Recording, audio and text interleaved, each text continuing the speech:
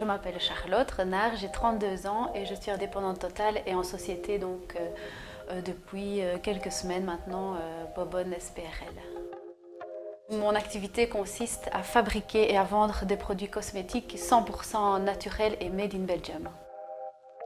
J'adore m'intéresser vraiment à une matière qui n'a pas été transformée ou très peu ou avec beaucoup d'éthique en fait. J'ai commencé à donner des ateliers de maquillage, étant donné que je suis maquilleuse professionnelle. Et puis j'ai commencé à donner des ateliers de fabrication de produits, ateliers soins visage, et de là a commencé la vente des produits cosmétiques que je fabriquais déjà depuis plusieurs années moi-même. On a démarré sous un autre nom et puis on a été attaqué par rapport à ce nom qu'on ne pouvait pas utiliser. Donc on a changé de nom en cours de route. Donc ça a été vraiment un challenge et maintenant tout a été modifié et évidemment c'était une très bonne chose pour la petite entreprise que c'est.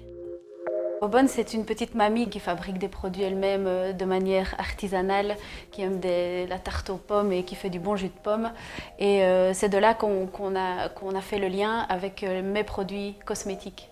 L'artisanal, le fabriqué maison, les produits frais. C'est un échange de valeurs aussi. Les matières premières sont choisies de manière à ce que ce soit le plus proche possible et le plus respectueux possible.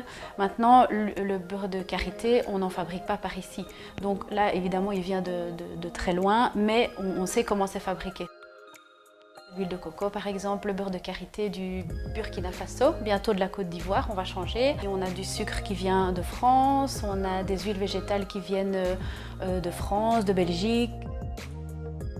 Chaque fois, en fait, chaque matière première a une histoire bien précise qui est super intéressante et valorisante pour les personnes qui fabriquent le produit.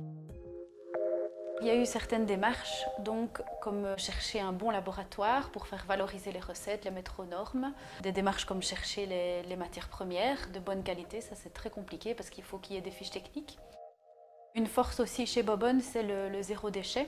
Au niveau des colis, tout est recyclable, recyclé, biodégradable. Au niveau des contenants, on n'a plus d'étiquettes, tout est gravé pour réutiliser les contenants un maximum. Les projets à court terme, c'est les deux nouvelles crèmes qui vont bientôt arriver, un fluide léger et une crème bien nourrissante pour la peau, le visage. Alors à long terme, il y a une belle surprise qui arrive, c'est le masculin de Bobonne, mais le nom est classé top secret.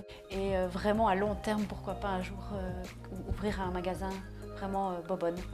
Mais ça c'est vraiment à long terme. Dépasser ses limites, beaucoup travailler, même si on rigole de nous, parce que parfois on fait des fautes, on est un peu indélicat comme ça, et c'est pas grave, il faut foncer.